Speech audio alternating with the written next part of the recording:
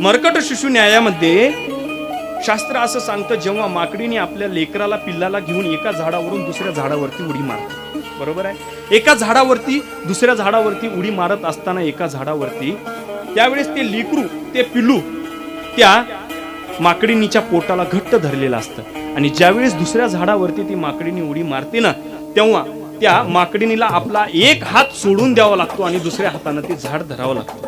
जोपर्यंत एका झाडावरती आहे तोपर्यंत एका हाताने धरते, पण दुसऱ्या झाडावरती उडी मारायची असेल तर त्या जो पहिला हात आहे ना तेही सोडून देते आणि दोन्ही हाताने झाडाला पकडते.